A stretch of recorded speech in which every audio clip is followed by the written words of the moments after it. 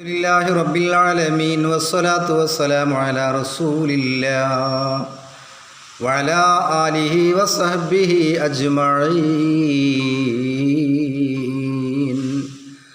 ഉമർക്കാടിൻ്റെ കഥ എന്ന ഐതിഹാസികമായ ചരിത്രകഥയുടെ 2-ാം എപ്പിസോഡിലേക്ക് സ്വാഗതം. എവിടെയാണ് നാം കഥ വെച്ചത്?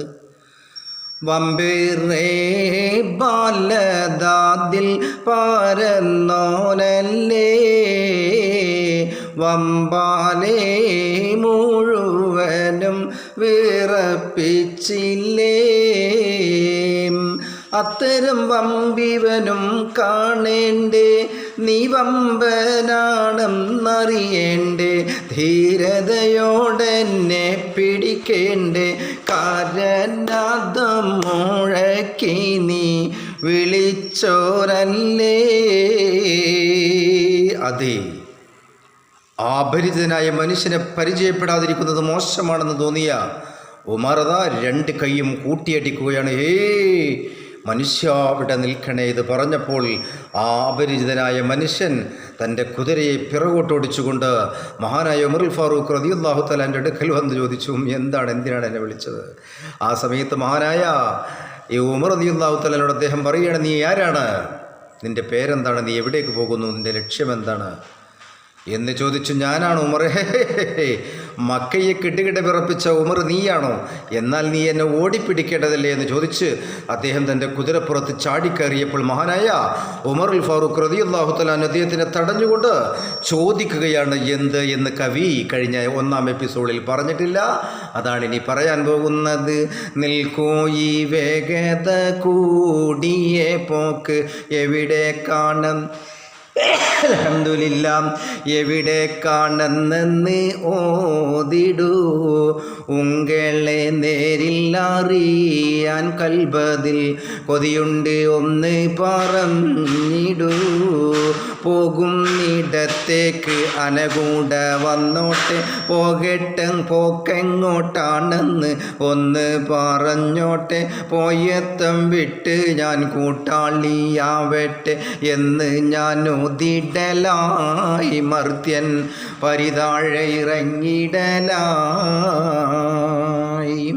ഏതായാലും അപരിചിതനായ മനുഷ്യൻ അദ്ദേഹം അതാ ഉമറുൽ ഫാറൂഖ് റളിയല്ലാഹു തആലയുടെ ചോദ്യം കേട്ട് ഉമർ അമ്പരന്ന് എന്ന് മാത്രമല്ല, നിന്നെപ്പോലെ 1000 ഉമർമാർ വന്നാലും എൻ്റെ ഒരു രോമത്തിന് പോറലേൽപ്പിക്കാൻ കഴിയില്ല എന്ന് പറഞ്ഞുകൊണ്ട് കോടയിൽ ചാടിക്കയറിയ സമയം മഹാനായ ഉമറുൽ ഖത്താബ് റളിയല്ലാഹു തആല അദ്ദേഹത്തിനെ തടഞ്ഞ സ്ഥിതിക്ക് അദ്ദേഹം ഏതായാലും ഇത്രയും വിനയപരസ്പരം അദ്ദേഹം എൻ്റെ കാര്യങ്ങൾ ചോദിച്ചറിഞ്ഞ സ്ഥിതിക്ക് ഞാൻ എന്ത് ചെയ്യാം, അദ്ദേഹത്തിനോട് കാര്യങ്ങൾ വിവരിക്കാമെന്നുള്ള തീരുമാനത്തിൽ ആ മനുഷ്യനതാ ഉമറിനോട് പറഞ്ഞു, നമുക്ക് ആ അരയാലിൻ്റെ തണലിലേക്കൊന്ന് മാറിയിരിക്കാം.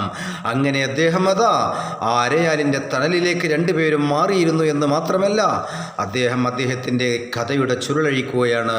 ഞാൻ ഇത്രയും കാലം ജീവിച്ചത് റോം എന്ന് പറയുന്ന സാമ്രാജ്യത്തിലായിരുന്നു.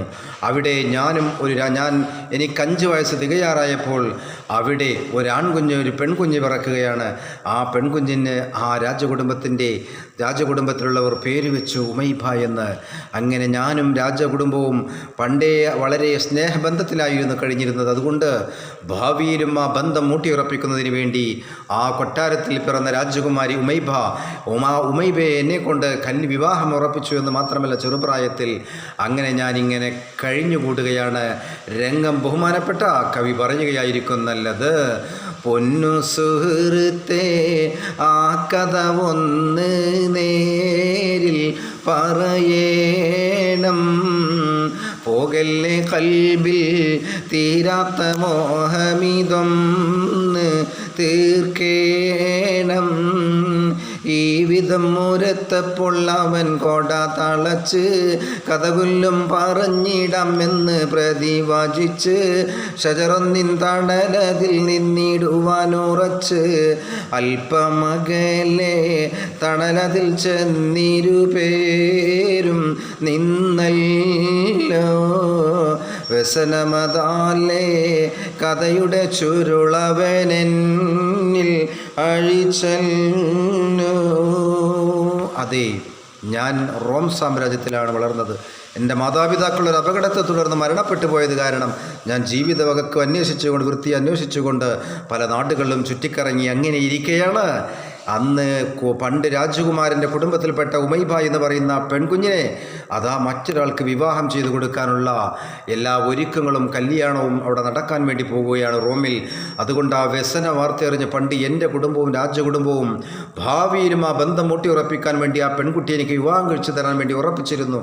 അതെല്ലാം കാറ്റിൽ പറത്തിക്കൊണ്ട് അവർ ഇപ്പോൾ മറ്റൊരു വിവാഹത്തിന് തയ്യാറാകുന്ന വിവരമറിഞ്ഞുകൊണ്ട് മനമൊരുക്കിക്കൊണ്ട് ഞാനിതാ റോമിലേക്ക് പോകുകയാണ്.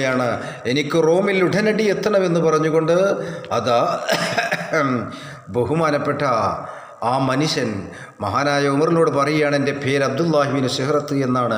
അബ്ദുല്ലാഹിബിൻ ഷിഹ്റത്ത് എന്ന് പറഞ്ഞ് കേൾക്കേണ്ട താമസം അതാ അദ്ദേഹം മഹാനായ ഉമറുൽ ഫാറൂഖിനോട് അബ്ദുല്ലാഹിബിൻ ഷിഹ്റത്തിനോട് പറയുകയാണ്, ഞാനും നിങ്ങളുടെ കൂടെ വരാം. ഒരുപക്ഷെ ഞാൻ നിങ്ങൾക്ക് വല്ലതും ചെയ്തു തരാൻ ഭാഗ്യം ലഭിച്ചാൽ ഞാൻ ധന്യനായി. അതുകൊണ്ട് ഇത്രയും കാലം ഞാൻ ഒരു ഭീരുവായി ജീവിച്ച് ഒരുപാട് അനവധി കൊലകളുമൊക്കെ നടത്തി ജീവിച്ച അതിനൊരു പ്രായശ്ചിത്തമായി നിങ്ങൾക്ക് വല്ല ഉപകാരവും ചെയ്യാൻ കഴിഞ്ഞാൽ ഞാൻ ധന്യനായി എന്ന് പറഞ്ഞുകൊണ്ട് മഹാനായ ഉമറുൽ ഫാറൂഖ് റളിയല്ലാഹു തആല അൻഹു അദ്ദേഹത്തിനോട് പോരാൻ അനുവാദം ചോദിച്ചു. ആ സമയം എന്താണ് അദ്ദേഹം പറഞ്ഞത് എന്നറിയണ്ടേ? അത് അടുത്ത എപ്പിസോഡിലേ നടക്കൂ.